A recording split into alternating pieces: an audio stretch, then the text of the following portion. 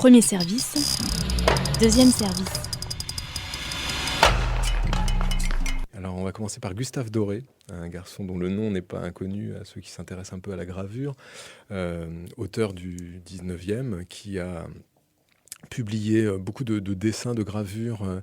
Gustave Doré, il est vraiment célèbre pour ça, pour ses illustrations aussi de contes, etc.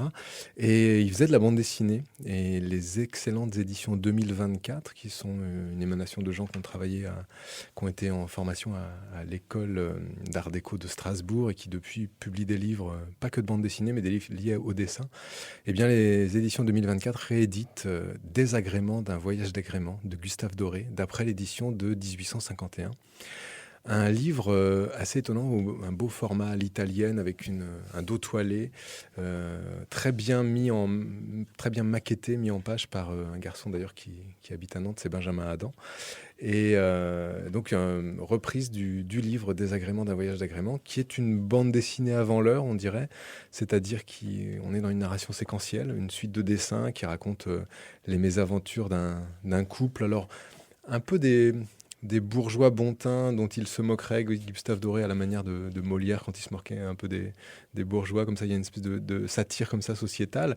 Monsieur et Madame Plumet, qui sont des oisifs et qui décident de partir en voyage en Suisse.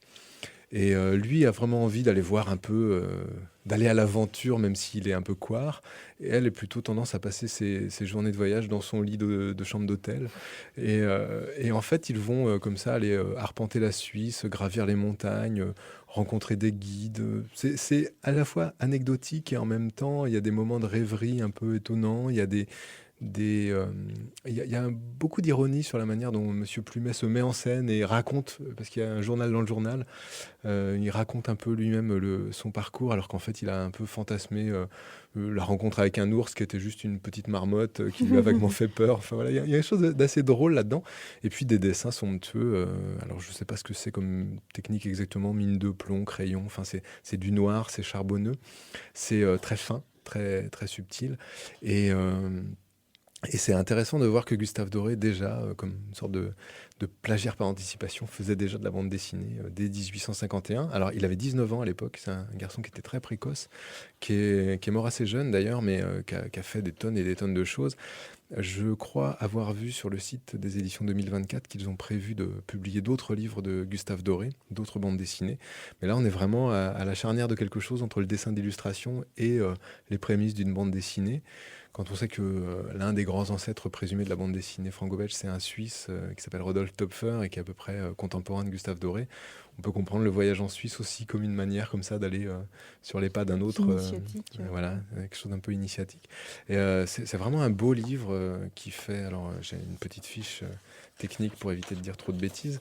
Un livre qui fait 56 pages en noir-blanc, qui coûte 19 € et qui est donc un grand format comme ça à l'italienne. C'est vraiment un très très beau livre des éditions 2024 qu'on peut aller voir sur www.édition au pluriel 2024 en chiffres.com.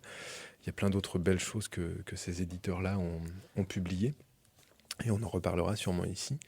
Là, je suis que à la petite moitié de ce livre, donc je ne sais pas où va exactement ce voyage de Monsieur et Madame Plumet, Désagrément d'un voyage d'agrément, mais il y a vraiment ce côté un peu les bourgeois qui s'encanaillent dans le voyage, mais qui sont un peu gênés quand même aux entournures par l'inconfort du voyage et ce que ça peut prodiguer comme aventure.